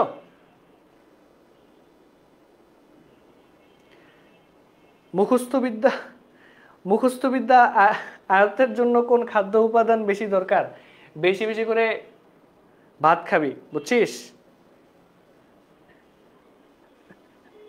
আচ্ছা, দুষ্টু। আচ্ছা, এখন দেখো, তাহলে এই হচ্ছে আমিষ নিয়ে কথাবার্তা। এবার আসি যে আমিষের উৎস সম্পর্কে একটু কথা বলবো, যে আমিষের উৎস সেম ভাবে। আচ্ছা, আগে স্নেহের উৎস চলে আসছে। আচ্ছা ওয়েট, তাহলে আমিষের উৎসটা একটু দেখাই দিই। এখান থেকে আমিষের উৎস তো লাগবে,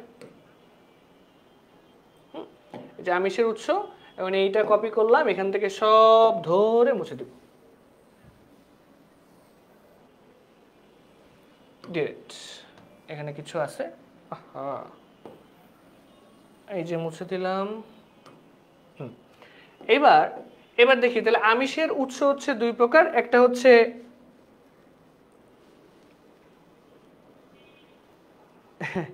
আচ্ছা আচ্ছা, হ্যাঁ, বাদাম খাইলে তো স্মৃতিশক্তি ভালো হয়, আমি যতদূর জানি।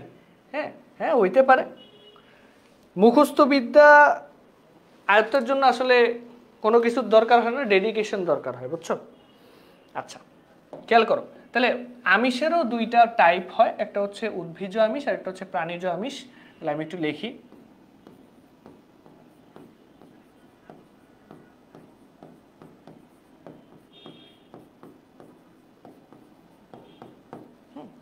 একটা হচ্ছে উদ্ভিজ্জ আমিষ। উদ্ভিজ্জ আমিষের মধ্যে কি কি পাওয়া যায়? উদ্ভিজ্জ আমিষের মধ্যে যেটা পাওয়া যাবে সেটা হচ্ছে, তুমি যে একটু দেখো, যে ডাল, শিমের বিচি, তারপর হচ্ছে ডিম, এগুলো থেকে তুমি, সরি, ডিম তো হচ্ছে প্রাণীজ আমিষ। হ্যাঁ, ডাল, শিমের বিচি, মটরশুঁটি বা দানাদার জাতীয় যে খাবারগুলো আছে সেগুলোকেই আমরা উদ্ভিজ্জ আমিষের এক্সাম্পল হিসেবে নিতে পারি। তাহলে এখানে আমরা এক্সাম্পল হিসেবে কি দেখব? এখানে দেখব হচ্ছে ডাল,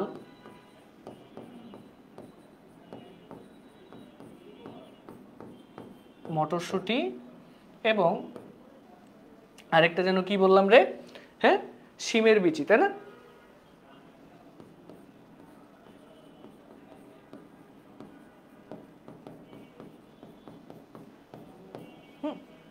আচ্ছা, দেন আরেকটা হচ্ছে প্রাণীজ আমিষ।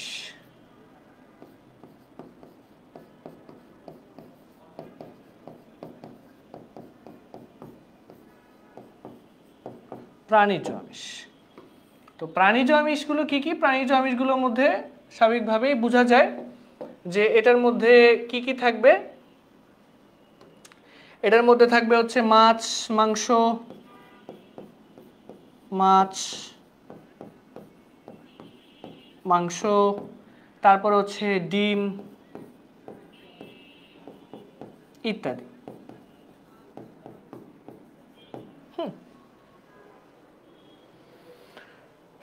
সপ্তাহে কয়দিন ক্লাস হবে? এই রুটিনটা আজকে অথবা কালকের মধ্যেই জানাই দেওয়া হবে, সমস্যা নেই। গ্রুপেই জানাই দেওয়া হবে, কোনো প্যারা নেই, ঠিক আছে?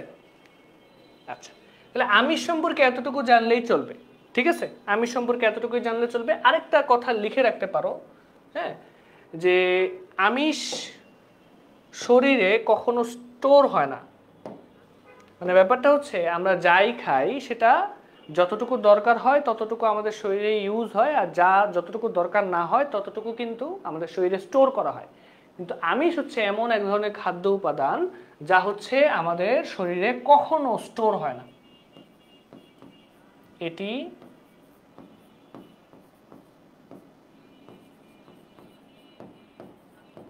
শরীরে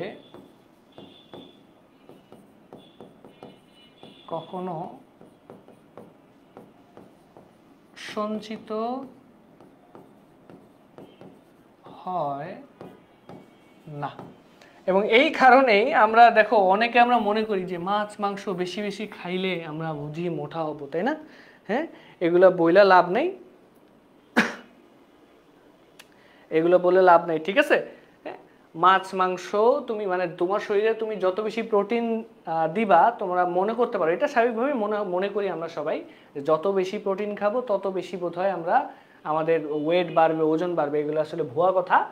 হ্যাঁ, তোমার শরীরে ঠিক যতটুকু প্রোটিন দরকার ঠিক ততটুকু প্রোটিনই তোমার শরীর নেয়, তারপরে বাকিগুলো তোমার শরীরে বাইরে বের করে দেয়, বর্জ্য পদার্থ আকারে বের করে দেয়। এগুলো কোনো লাভ নেই, বুঝছো? আচ্ছা, এবার আসি আমরা স্নেহতে যাই। তাহলে আমিষ দেখলাম, এটা আমিষের পার্টগুলো দেখলাম। এবার হচ্ছে স্নেহ। আচ্ছা, তো স্নেহ কি? স্নেহ দুই টাইপের। একটা হচ্ছে অবস্থার ভিত্তিতে, এখানে যদিও প্রাণীজ উৎস আর হচ্ছে উদ্ভিদ উৎসতে বলে দিছে, বাট স্নেহ জিনিসটা কি? স্নেহ মানে হচ্ছে তেল বা চর্বি। হ্যাঁ, তো স্নেহকে কয়েকটা ভাগে ভাগ করা যায়। একটা হচ্ছে অবস্থার উপরে ভিত্তি করে স্নেহকে দুই ভাগে ভাগ করা যায়। একটা হচ্ছে কঠিন আর একটা হচ্ছে তরল। তো কঠিন যেই অবস্থাটা সেটাকে আমরা বলি হচ্ছে চর্বি, হ্যাঁ চর্বি বলি। আর তরল অবস্থাটাকে আমরা বলি তেল। তরল অবস্থাটাকে আমরা বলি তেল, বুঝছো? তাহলে অবস্থার ভিত্তিতে আমি এটাকে আরেকটু কপি করি। হ্যাঁ, এখানে একটু লিখি।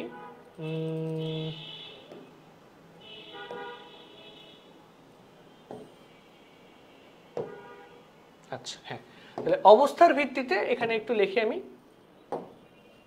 যে এগুলো বাদ দিয়ে দিই।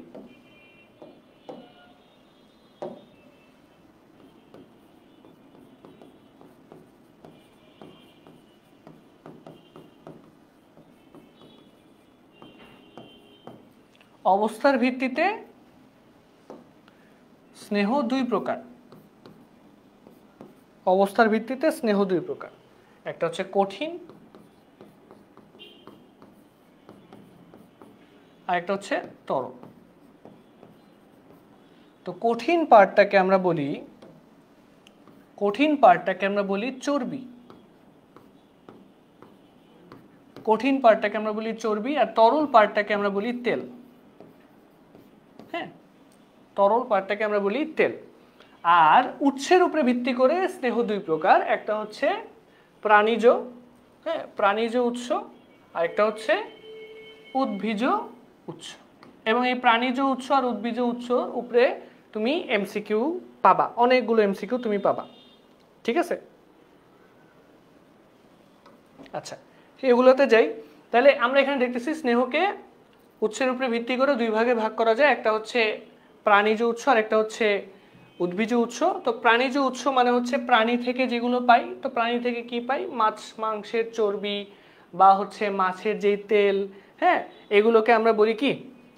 এগুলোকে আমরা বলি প্রাণীজ উৎস। তাহলে প্রাণীজ উৎসের মধ্যে যেগুলো থাকবে সেটা হচ্ছে চর্বি সহ মাংস।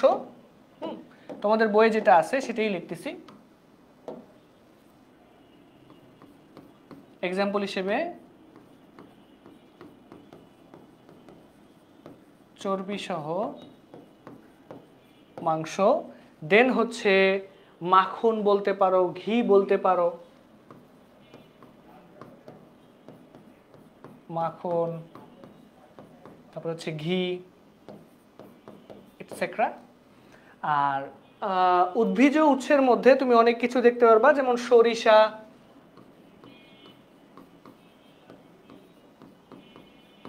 সরিষা, তারপর হচ্ছে আমরা সূর্যমুখী,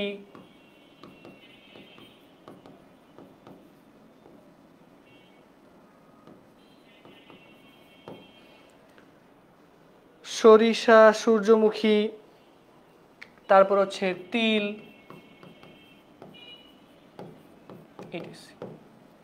তো তোমরা বই থেকে একটু দেখে নিবা যে স্নেহর যে প্রাণীজ উৎস আর উদ্ভিজ উৎস, এই দুইটার যে এক্সাম্পলগুলো মাঝে মধ্যে আমাদের পরীক্ষাতে আসে, যে নিচের কোনটি প্রাণীজ উৎস, নিচের কোনটি মানে উদ্ভিজ উৎস, বুঝছো?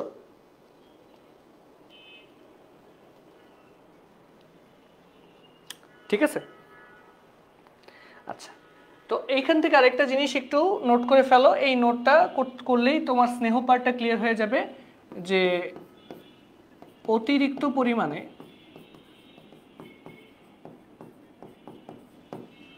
অতিরিক্ত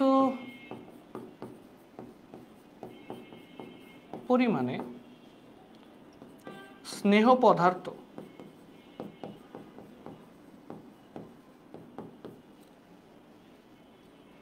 শরীরে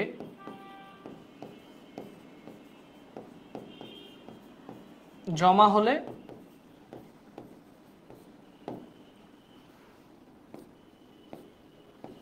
নানা ধরনের রোগ আমাদের হয়।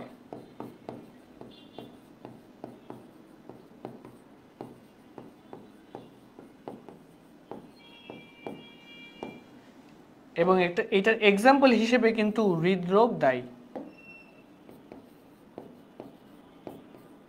এইটা জাস্ট আমি তোমাদেরকে লিখে দিলাম, হ্যাঁ, এটা একটু মাথায় রেখো। হ্যাঁ, আচ্ছা দেখো, তাহলে স্নেহ পার্টটা কিন্তু শেষ আমাদের। হ্যাঁ, আচ্ছা, এরপরে আমরা পরেরটাতে যাই। দেখো, খাদ্যপ্রাণ বা ভিটামিন, এটা খুবই ইম্পর্টেন্ট। তো খাদ্যপ্রাণ বা ভিটামিন,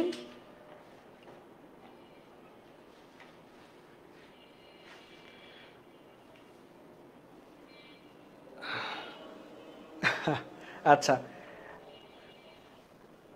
এই যে দেখো তোমাদের রাধে ভাইয়া হচ্ছে কমেন্ট করেছে প্র্যাকটিস শিট দেওয়া হবে। হ্যাঁ, আমরা এই চ্যাপ্টারের শেষের দিকে প্র্যাকটিস শিট দিয়ে দেবো, চ্যাপ্টারের ইম্পর্টেন্ট পার্টসগুলো তোমাদেরকে প্রোভাইড করব, এটা নিয়ে কোনো চিন্তাই করো না তোমরা।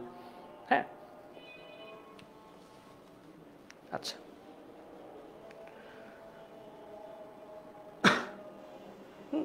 আচ্ছা, তাহলে দেখো, যেহেতু আজান দিচ্ছে, হ্যাঁ আজান দিচ্ছে, আমি নামাজের ব্রেক 10 মিনিট দিচ্ছি। হ্যাঁ,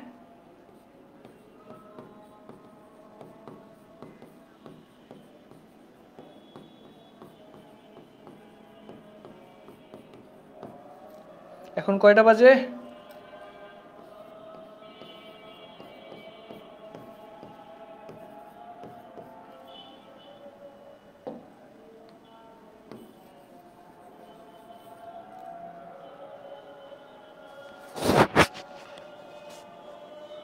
ঠিক আছে, 10 মিনিট নামাজ পড়ে আসো।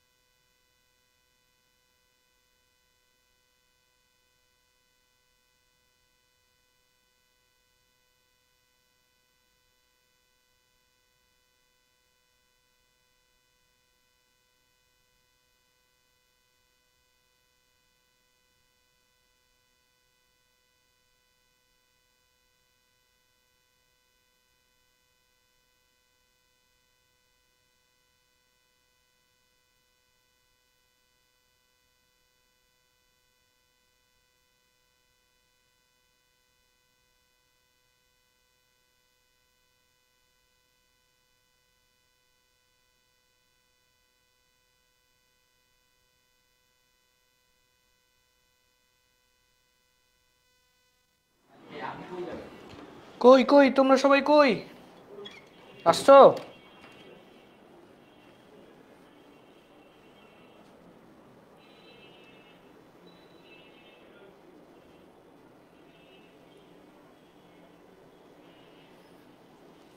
এই তো চলে আসছি আমি।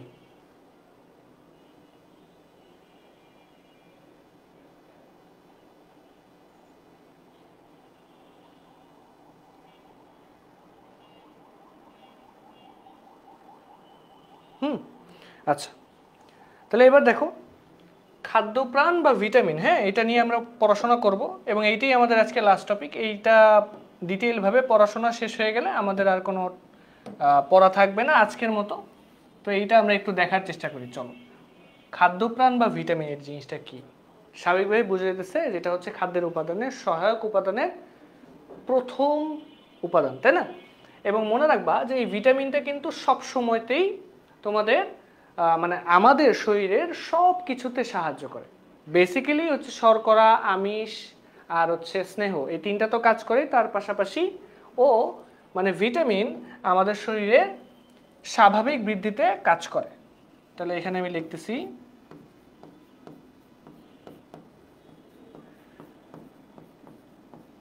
স্বাভাবিক বৃদ্ধিতে সহায়তা করে। না না, আজকে কেন পুরো চ্যাপ্টার পড়াবো? সহায়তা করে, ঠিক আছে, এতটুকু জানতে হবে। দেন আমরা এটার ডিটেইলে যাব একটু একটু করে, যে খাদ্যপ্রাণ বা ভিটামিন এটার প্রকারভেদ কয়টা। মনে রাখবা খাদ্যপ্রাণ বা ভিটামিন এই দুইটার প্রকারভেদ আসলে পানিতে দ্রবণীয়তার উপরে ডিপেন্ড করে। তাহলে পানিতে দ্রবণীয়তা উপর ভিত্তি করে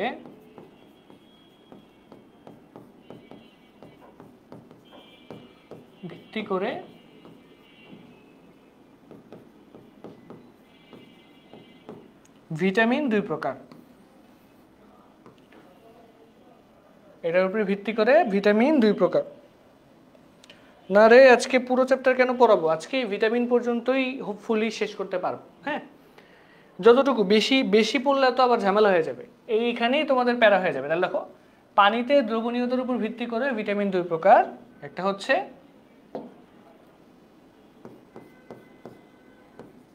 পানিতে দ্রবণীয়তা না, এটা আসলে শুধু দ্রবণীয়তা, হ্যাঁ মানে কোথায় মিশে, সেটা হচ্ছে একটা হচ্ছে চর্বিতে দ্রবণীয়, মানে কিছু ভিটামিন হচ্ছে তুমি চর্বিতে মিশাইতে পারবা, আর কিছু ভিটামিন তুমি পানিতে মিশাইতে পারবা।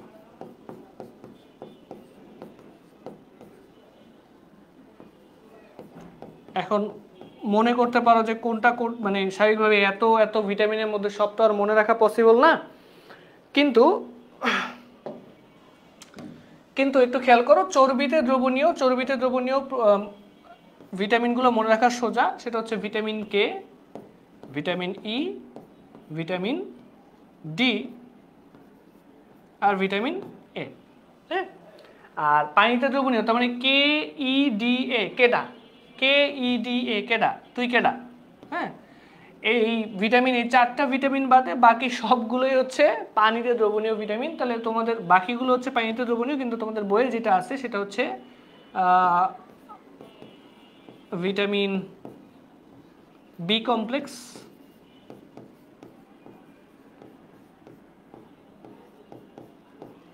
এবং ভিটামিন সি, এই দুটার কথা বলা আছে। হ্যাঁ, এই দুটার কথা বলা আছে।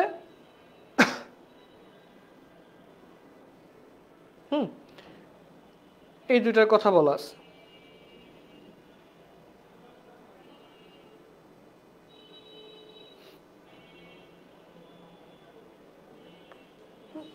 এই দুটার কথা বলা আছে। কেডা, ইয়েস কেডা। তাহলে এই হচ্ছে ভিটামিনের প্রকারভেদ। এখন প্রত্যেকটা ভিটামিন সম্পর্কে একটু ডিটেইল জানার চেষ্টা আমাদের করতে হবে। সেটা হচ্ছে, দেখো ফার্স্টে হচ্ছে ভিটামিন এ। তো ভিটামিন এ সম্পর্কে যে কথাগুলো তোমাকে জানতেই হবে, এটার প্রধান কাজ হচ্ছে দেহের গঠন ও স্বাভাবিক বৃদ্ধিতে ও সহায়তা করে। তাহলে ও হচ্ছে কয়েকটা কাজ করে, তার মধ্যে প্রধান কাজ হচ্ছে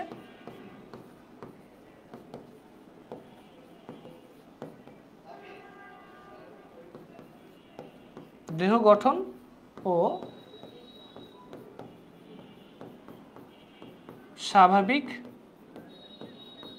বৃদ্ধি সাধন করে, এটা হচ্ছে তার প্রথম কাজ। সেকেন্ড কাজ হচ্ছে দেহের বিভিন্ন আবরণী কলা সজীব রাখে। খুবই ইম্পর্টেন্ট কথা, দেহের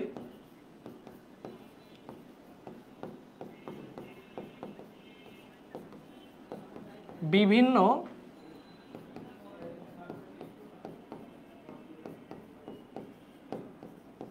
আবরণী কলা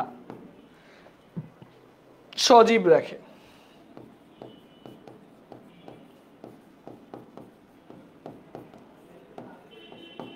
দেহের বিভিন্ন আবরণী কলা সজীব রাখে। এখন কথা হচ্ছে আবরণী কলা জিনিসটা কি, তাই না?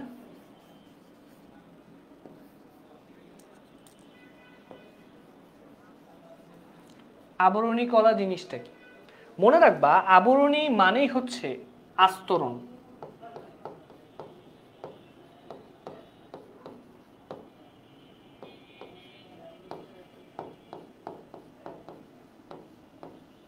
আবরণী মানেই হচ্ছে আস্তরণ।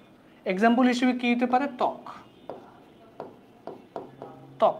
তারপরে তোমাদের বই আরেকটা এক্সাম্পল দেওয়া আছে, সেটা হচ্ছে চোখের কর্নিয়া।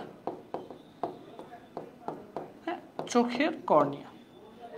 তাহলে মনে রাখবা, কোথাও আবরণী মানে হচ্ছে ওটা হচ্ছে কোনো কিছুর উপরে এক্সট্রা একটা লেয়ার, প্রোটেক্টিভ লেয়ার হিসেবে কাজ করে। হ্যাঁ, প্রোটেক্টিভ লেয়ার হিসেবে কাজ করে। আচ্ছা, দেন আমাদেরকে যেটা আরেকটু দেখতে হবে সেটা হচ্ছে যে এগুলো তো দেখলাম, এছাড়াও ও আরো কিছু কাজ করে ডেফিনেটলি। সেই কাজগুলোর মধ্যে এই ভিটামিন এর তুমি যদি অভাবে পড়ো, হ্যাঁ, বেশি অভাব হলে রাতকানা রোগ হয়।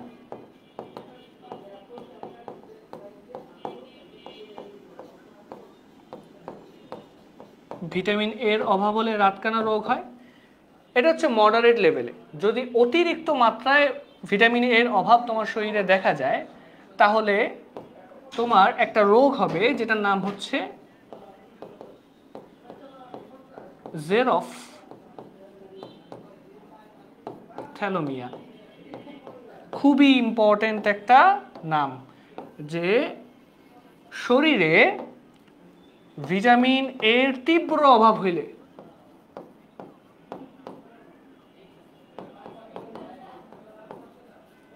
ভিটামিন এর তীব্র অভাব হইলে আমাদের জেরফথ্যালামিয়া রোগ হয়। এটা আসলে রাতকানা রোগেরই আরেকটু মানে বাজে ভার্সন বলতে পারো। মানে রাতকানা রোগ হইলে নর্মালি রাতে তো দৃষ্টিশক্তি কমে যায়, আর জেরফথ্যালামিয়া হইলে মানে বেশি পরিমাণে যদি তুমি তোমার শরীরে ভিটামিন এর অভাব হয়, তাহলে দেখা যায় কি আমাদের চোখের কর্নিয়ার উপরে ক্ষত সৃষ্টি হয়। চোখের কর্নিয়ার উপরে ক্ষত সৃষ্টি হয়। তো এটা হলে কি হয়, এখানে আমাদের চোখের কর্নিয়াতে ক্ষত সৃষ্টি হয়। হ্যাঁ, ক্ষত সৃষ্টি হয়, এবং এই ক্ষত সৃষ্টিটাকেই আমরা এই যে কর্নিয়া যে ক্ষত সৃষ্টিটা না, এইটাকেই তোমাদের বইয়ে আলসার বলা। যে কর্নিয়াতে আলসার হয়, তোমরা যদি একটু খেয়াল করো, কর্নিয়াতে আলসার হয়। হ্যাঁ, দিনে ঠিকই দেখে। হ্যাঁ, আচ্ছা, তারপরে আরো একটা প্রবলেম হয়, সেটা হচ্ছে ভিটামিন এর অভাব হইলে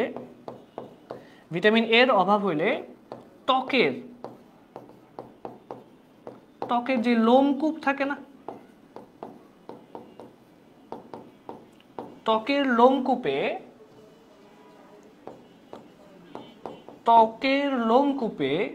ছোট ছোট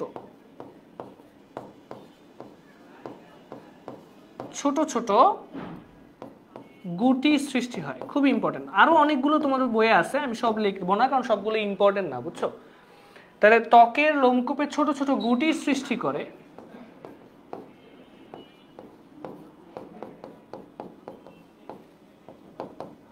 এটা হচ্ছে ভিটামিন এ শরীরে যদি কম থাকে। ঠিক আছে, আশা করি তোমরা বুঝতে পারছো। এটা হচ্ছে ভিটামিন এ সম্পর্কে কথাবার্তা। এখন ভিটামিন এ কোথায় পাওয়া যায়? সবুজ শাকসবজিতে পাওয়া যাবে স্বাভাবিকভাবে, তাই না? সবুজ না, রঙিন শাকসবজি যা কিছু আছে সবগুলোতেই ভিটামিন এ প্রচুর পরিমাণে আছে। এবং দেখবা যাদের ভিটামিন এর অভাব হয় শরীরে, ডাক্তার কিন্তু বলেন যে যত ধরনের রঙিন শাকসবজি আছে বাচ্চাকে খাওয়ান বা আপনি খান, তাই না? এই ব্যাপারগুলো কিন্তু দেখা যায়। ঠিক আছে, এই ব্যাপারগুলো দেখা যায়। আচ্ছা, এবার দেখো ভিটামিন ডি খুবই খুবই ইম্পর্টেন্ট। হ্যাঁ, তো ভিটামিন ডি সম্পর্কে একটা খুবই গুরুত্বপূর্ণ কথা আমি আগে লিখে নিই, সেটা হচ্ছে এটি একমাত্র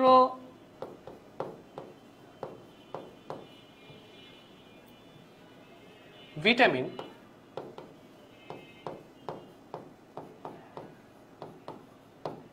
যা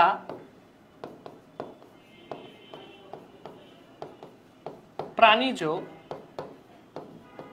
উৎস হতে আসে।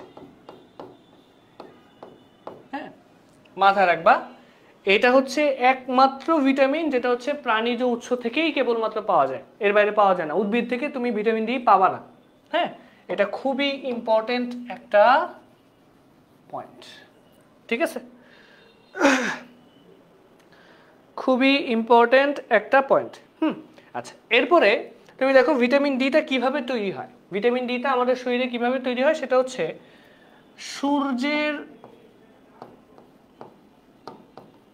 সূর্যের যেই আমরা বলি অতি বেগুনি আলোক রশ্মি, হ্যাঁ, অতি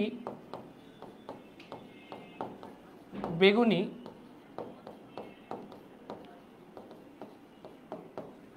আলোক রশ্মি, হ্যাঁ, সূর্যের অতি বেগুনি আলোক রশ্মি আমাদের ত্বকের মধ্যে থাকা কোলেস্টেরলকে প্রসেস করে। বুঝো, সূর্যের অতি বেগুনি আলোক রশ্মি ত্বকে থাকা কোলেস্টেরল, হ্যাঁ, ত্বকে থাকা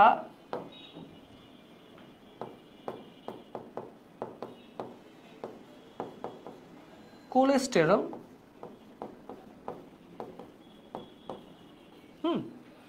ত্বকে থাকা কোলেস্টেরল থেকে বৃক্ক, বুঝো, বৃক্ক অথবা যকৃত, বৃক্ক অথবা যকৃততে এটি তৈরি হয়। খুবই গুরুত্বপূর্ণ একটা লাইন। হ্যাঁ, বুঝো, তাহলে দেখো সূর্যের অতি বেগুনি আলোক রশ্মি মানে নর্মালি তুমি চিন্তা করো, ডাক্তাররা কিন্তু ছোট বাচ্চা কাচ্চাদেরকে নিয়ে সকালবেলার যে মৃদু রোদটা আমরা বলি সেখানে 5-10 মিনিট অথবা 15 মিনিট রাখতে বলে। কেন? কারণ ওই সময়তে সূর্যের যে মৃদু অতি বেগুনি আলোক রশ্মি থাকে, সেই অতি বেগুনি আলোক রশ্মিটা আমাদের স্কিনের উপরে যখন পড়ে, আমাদের স্কিনে কোলেস্টেরল থাকে। হ্যাঁ, কোলেস্টেরল থাকে। এখন জিজ্ঞেস করতে পারো কোলেস্টেরল জিনিসটা কি? কোলেস্টেরল হচ্ছে এক ধরনের ফ্যাট। কোলেস্টেরল হচ্ছে এক ধরনের ফ্যাট। হ্যাঁ, তো এই কোলেস্টেরল থেকে বৃক্ক বা যকৃত, হ্যাঁ, এইটা ইম্পর্টেন্ট, এই বৃক্ক বা যকৃততে ভিটামিন ডি তৈরি হয়। বৃক্কর ইংলিশ হচ্ছে কিডনি, এটা কিডনি, আর যকৃতর ইংলিশ হচ্ছে, এটা হচ্ছে লিভার। ঠিক আছে, তো সূর্যের আলোর উপস্থিতিতে এই জিনিসটা কিন্তু আমাদের শরীরের মধ্যে হয়, ভিটামিন ডি তৈরি হয়। বুঝছো, ভিটামিন ডি তৈরি হয়। আচ্ছা, এইবার পরের পয়েন্টটা কি? পরের পয়েন্টটা হচ্ছে, হ্যাঁ এই তো শেষ, ভিটামিন ডিটা পরে শেষ করে দিব।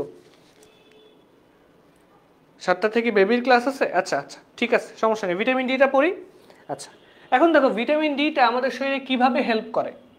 আমাদের শরীরে যদি ভিটামিন ডি ঠিকঠাক মতো পরিমাণে থাকে তাহলে এইটা আমাদের আরেকটা জিনিস করতে সাহায্য করে। সেটা কি? সেটা হচ্ছে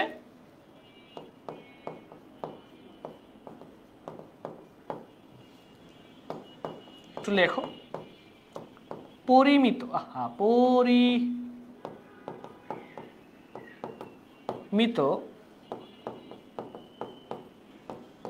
পরিমাণে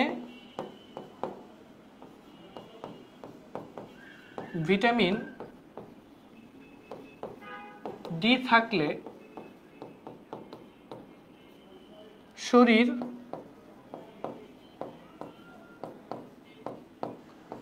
ক্যালসিয়াম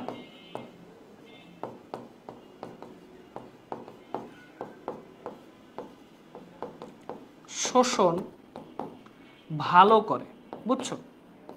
তার মানে তোমার শরীরে যদি ঠিকঠাক মতো ভিটামিন ডি পাওয়া যায় বা ভিটামিন ডি থাকে, তাহলে ও আরেকটা কাজ করে যে শরীর ক্যালসিয়াম শোষণে সাহায্য করে। এখন ক্যালসিয়াম শোষণ করে লাভ হয় কি, বা ক্যালসিয়াম শোষণ বলতে ক্যালসিয়ামটা আমাদের শরীরে ইনটেক ভালো হয়, আমাদের শরীরে ক্যালসিয়ামটা ইনটেক ভালো হয়। এবং এইটার কাজ কি, ক্যালসিয়ামের কাজ কি দেখো, ক্যালসিয়ামের কাজ হচ্ছে হাড় মজবুত করা, হাড়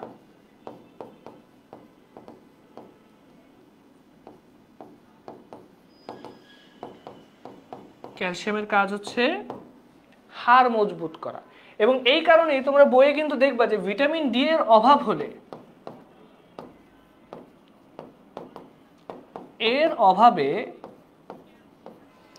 ভিটামিন ডি এর অভাবে কি হয়, ভিটামিন ডি এর অভাবে কিন্তু রিকেটস রোগ হয়। খুবই ইম্পর্টেন্ট একটা রোগ।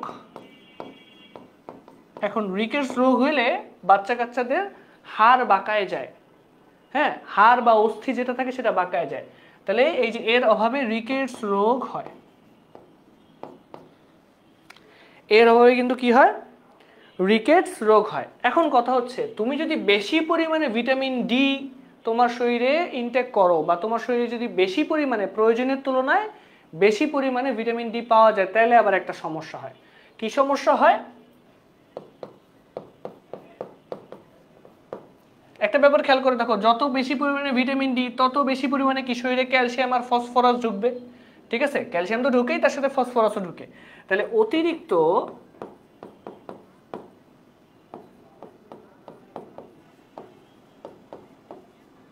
ভিটামিন ডি কি হয়, অতিরিক্ত ভিটামিন ডি শরীরে থাকলে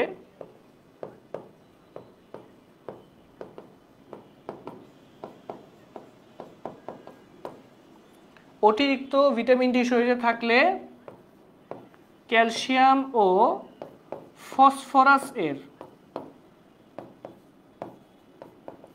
শোষণ শরীরে বেড়ে যায়।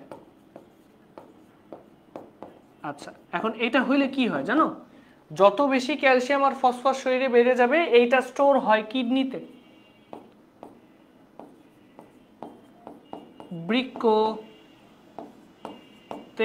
বৃক্ক অথবা যকৃতে জমা হয়, যকৃতে জমা হয়ে পরবর্তীতে এটা একটা ঝামেলা তৈরি করতে পারে, পাথর সৃষ্টি করে।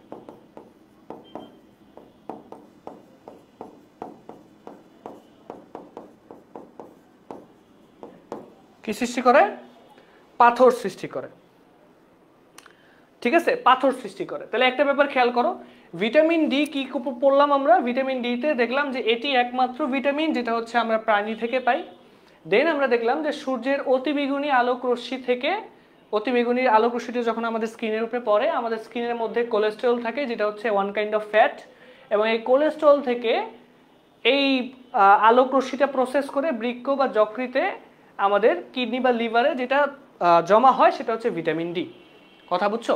তো এই ভিটামিন ডি এর অভাবে আমাদের রিকেটস রোগ হয়, অর্থাৎ হাত পা ভেঙে যায়, মানে ভেঙে যায় বলতে হাত পা বাঁকা হয়ে যায়। হ্যাঁ, এরপরে দেখলাম যে পরিমিত পরিমাণে ভিটামিন ডি একটা কাজ করে, সেই কাজটা হচ্ছে যে শরীরে ঠিকঠাক মতো ক্যালসিয়াম শোষণে সাহায্য করে।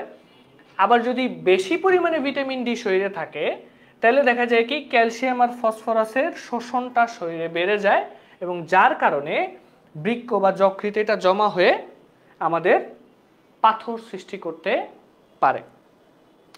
তো আজকে আমরা এতটুকুই শেষ করি, ভিটামিন ডি পর্যন্ত শেষ করি। নেক্সট দিন আরও যদিও পড়াইতে চাচ্ছিলাম ভিটামিন ই, তারপরে হচ্ছে ভিটামিন বি কমপ্লেক্স, তারপরে হচ্ছে এইগুলো তো হচ্ছে ভিটামিন সি, পানিতে দ্রবণীয়, মানে ভিটামিন পার্টটা তাহলে নেক্সট দিন শেষ করব। হ্যাঁ, তো এই পর্যন্তই আজকে শেষ করছি, নেক্সট ক্লাসে দেখা হবে। তো তোমরা অবশ্যই অবশ্যই ক্লাসটা করে ক্লাসের নোটটা পাবলিক গ্রুপে পোস্ট করবা, যাতে সবাই দেখে যে জেনারেল কোর্সটা খুব ভালো মতো পড়ানো হচ্ছে। আর এই তো নেক্সট ক্লাসে দেখা হবে। আসসালামু আলাইকুম।